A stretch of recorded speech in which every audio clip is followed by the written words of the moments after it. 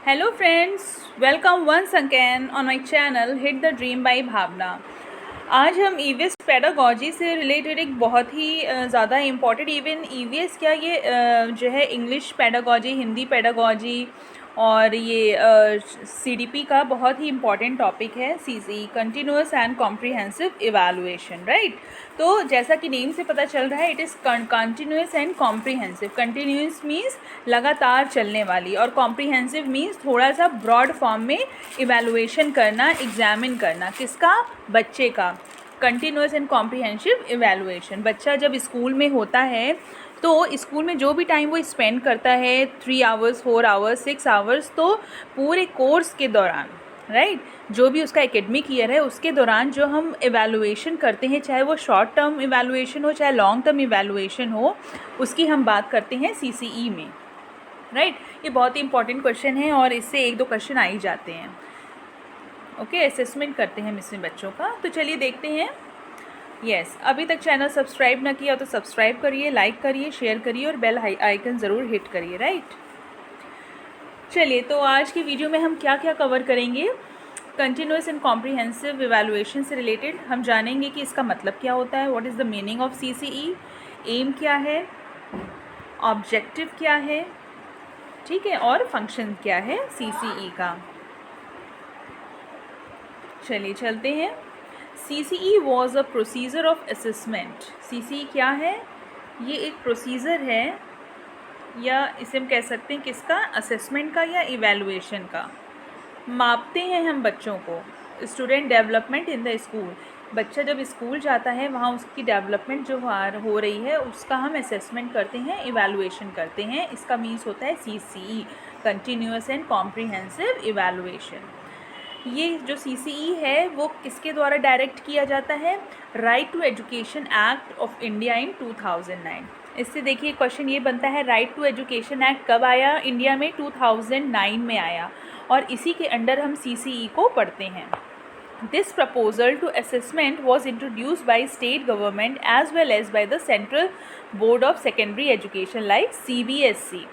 ये जो प्रपोज़ल है ये हर स्टेट की गवर्नमेंट ने और CBSE ने इसका असेसमेंट का जो ये प्रोसीजर है उसको इंट्रोड्यूस किया। मीन्स आप स्टेट गवर्नमेंट में भी जाएंगे तो भी आपको CCE वगैरह मिलेगा, और CBSE में जाएंगे तो वहाँ भी मिलेगा। For student of class 6 to 10, ये जो है क्लास 6 to 10 तक के स्टूडेंट के लिए इवैल्यूएशन होता है, और क्लास 12 में भी ये इवैल्यूएशन CCE किया जाता है किसी किसी स्कूल्स में, लेकिन क्लास 6 to 10 तो होता ही होता है, 12th में भी होता है किसी किसी स्कूल्स में, राइट। तो ये बात थी CCE एग्जैक्टली होता क्या है। ये पॉइंट याद रखेंगे। राइट टू एजुकेशन एक्ट के थ्रू ये डायरेक्ट हुआ था, और राइट टू एजुकेशन एक्ट कब आया? 2009 में आया इंडिया में। नेक्स्ट पॉइंट है, it is a developmental process of assessment. ठीक है, बच्चे का डेवलपमेंट हो रहा है, बच्चा जो है स्कूल जाता है, उसका डेवलपमेंट होता है, चाहे मेंटल डेवलपमेंट हो, साइकोलॉजिकल डेवलपमेंट हो, फिजिकल डेवलपमेंट हो, हर तरह का डेवलपमेंट होता है। तो वो जो डेवलपमेंट बच्चा कर रहा है, कुछ लर्न कर रहा है स्कूल में जाके, उसका असेसमेंट किया जाता है, राइट। तो ये एक डेवलपमेंटल प्रोसेस है। तो अब हम बात करेंगे कि CCE की एग्जैक्टली ऑब्जेक्टिव क्या होता है, किस लिए ये CCE बनाया गया है। फर्स्ट पॉइंट इज़, इसके 2 ऑब्जेक्टिव होते हैं। The first one is continuousness in evaluation. जब बच्चे के हम टेस्ट वगैरह लेते हैं, ठीक है, हाफ ईयरली एग्ज़ाम्स होते हैं, असेसमेंट्स होते हैं, तो ये एक कंटिन्यूअस प्रोसेस होती है इवैल्यूएशन की। बच्चे ने कितना लर्न किया, कितना ग्रैब्स किया, अब उसको और कितना सिखाने और समझाने की ज़रूरत है, ठीक है। तो ये continuousness in evaluation. Second is assessment of broad based learning and behavioural outcomes. बच्चे ने क्या लर्न किया, उसके बिहेवियर में, उस लर्निंग से लेके क्या चेंजेस आए, उस चीज़ का भी असेसमेंट हम CCE के अंडर करते हैं, जो कि इसका मेन ऑब्जेक्टिव है। तो CCE के 2 मेन ऑब्जेक्टिव क्या हुए? कंटिन्यूअसनेस इन इवैल्यूएशन, कंटिन्यूटी होनी चाहिए। ऐसा नहीं कि एक दिन हमने एक बार टेस्ट ले लिया फिर बच्चे का टेस्ट या उसको इवैल्यूएट नहीं किया, ठीक है। कंटिन्यूअस हम इसको इवैल्यूएट करते हैं और असेसमेंट करते हैं बच्चे की लर्निंग का और उसके बिहेवियर का, right.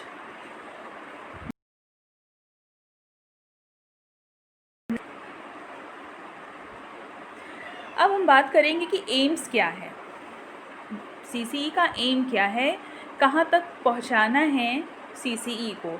The main aim of CCE was to assess every aspect of the child during their present at the school.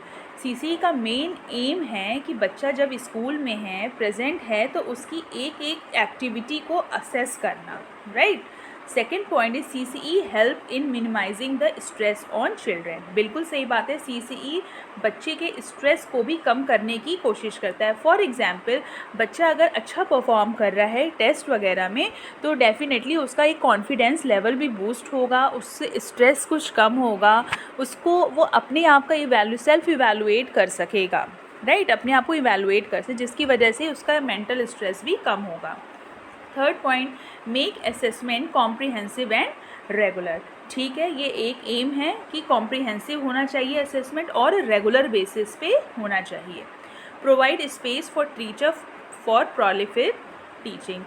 जब जब टीचर जो है बच्चे का टेस्ट लेते हैं, तो टीचर को भी एक स्पेस मिल जाता है एक कि मीन्स कहाँ बच्चे की पढ़ाने में कमी हो रही है, कि बच्चे के समझने में कमी हो रही है, तो ये एक टीचिंग का उनको स्पेस मिल जाता है अपनी टीचिंग लर्निंग प्रोसेस को और इम्प्रूव करने के लिए। Next point is provide a tool for detection and correction. Test जब हम लेते हैं तो डिटेक्शन होता है, डिटेक्ट करता है टीचर कि बच्चा किस जगह पे लैग कर रहा है, क्या चीज़ उसको समझ में नहीं आ रही है, और उसी बेसिस पे वो करेक्शन डिफरेंट टेक्निक्स यूज़ करता है उस को करेक्ट करने में। Next point, produce learners with greater skill. ठीक है, बच्चों की लर्निंग अच्छी होती है, बच्चे अच्छा पढ़ते हैं, जिससे कि उनकी स्किल भी डेवलप होती है। Next is objectives of CCE. So the first objective is it make the process of teaching and learning a learner-centered activity, right? तो इसमें क्या बताया गया है, पहला ऑब्जेक्टिव CCE का क्या होता है कि ये टीचिंग लर्निंग प्रोसेस जो होती है, उसमें जो लर्नर होता है, जो स्टूडेंट होता है, वो उसको सेंटर में लेके जो है सारी एक्टिविटी की जाती है। Second is to make the assessment process as essential part of teaching learning process. Assessment की ये जो प्रोसेस है, इवैल्यूएशन की प्रोसेस है, ये टीचिंग लर्निंग का एसेंशियल पार्ट होना चाहिए। टाइम टू टाइम स्टूडेंट का इवैल्यूएशन होता रहना चाहिए। This is the essential part of teaching learning process. To make fair judgement, assessment होगा, इवैल्यूएशन होगा, टेस्ट के बेसिस पे प्रोजेक्ट्स दिए जाएंगे और एग्ज़ाम्स लिए जाएंगे, तो वो क्या होगा, एक फेयर जजमेंट होगा, right. And take timely decision. Learner है, जो स्टूडेंट है, उसके रिगार्डिंग, उसको अगर उसके मार्क्स कम आए हैं तो क्यों आए हैं, इन सब का एनालिसिस टाइम टू टाइम होता रहेगा। To provide scope for learner for self assessment. इससे जो लर्नर है, जो स्टूडेंट है, ठीक है, वो अपना सेल्फ असेसमेंट भी कर सकता है कि उसकी अगर उसके एग्ज़ाम्स हुए हैं तो वो कितना प्रिपेयर था, अभी उसको और कितनी प्रिपरेशन करनी है। To use the evaluation process for improving student achievement through detection and correction. Detection जैसा मैंने बताया था अभी आपको थर्ड पॉइंट में, जो है स्टूडेंट का असेसमेंट होगा, जिससे कि क्या डिटेक्ट क्या करेंगे कि कहाँ उसकी कमी रह गई है और उसको करेक्ट किस तरह से किया जाएगा। ठीक है, ये इस इवैल्यूएशन प्रोसेस का ऑब्जेक्ट होता है। नेक्स्ट बात करेंगे फंक्शन। CCE के फंक्शंस क्या होते हैं। CCE help the teacher to systematise efficacious teaching strategies जो कि टीचर यूज़ करता है, ठीक है, जो टीचर यूज़ करता है वो एक सिस्टमैटिक वे में और इफ़ेक्टिव वे में जो है यूज़ करें, right. Continuous evaluation serve to detect weakness and permit the teacher to ascertain individual learner. Continuous evaluation होगा, जिससे कि वो जो स्टूडेंट की वीकनेस है उसको डिटेक्ट करके, ठीक है, डिटेक्ट करेगी और परमिट करेगा, किसको, टीचर को करेगा, जो भी इंडिविजुअल लर्नर है उसके according. Through continuous assessment student can know their strength and weakness. Means self assessment student अपना कर पाएगा। ठीक है, ये तो फंक्शंस हो गए CCE के। नेक्स्ट पॉइंट देखते हैं, फंक्शंस का नेक्स्ट पॉइंट क्या है।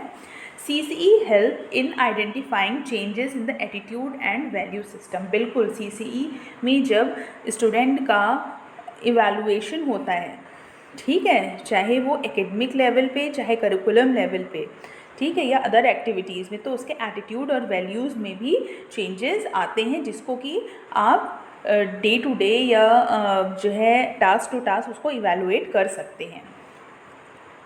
CCE provide information on the progress of student in scholastic and co-scholastic area, which result in forecasting the future success of the learners। बिल्कुल, CCE क्या करता है, इंफॉर्मेशन प्रोवाइड करता है बच्चे के स्कॉलेस्टिक मीन्स स्कूल बेस पे और को school means other curriculum activities के बेस पे उसको फोरकास्ट करता है, जिससे कि फ्यूचर में सक्सेस के लिए उसको हेल्प मिलती है, राइट।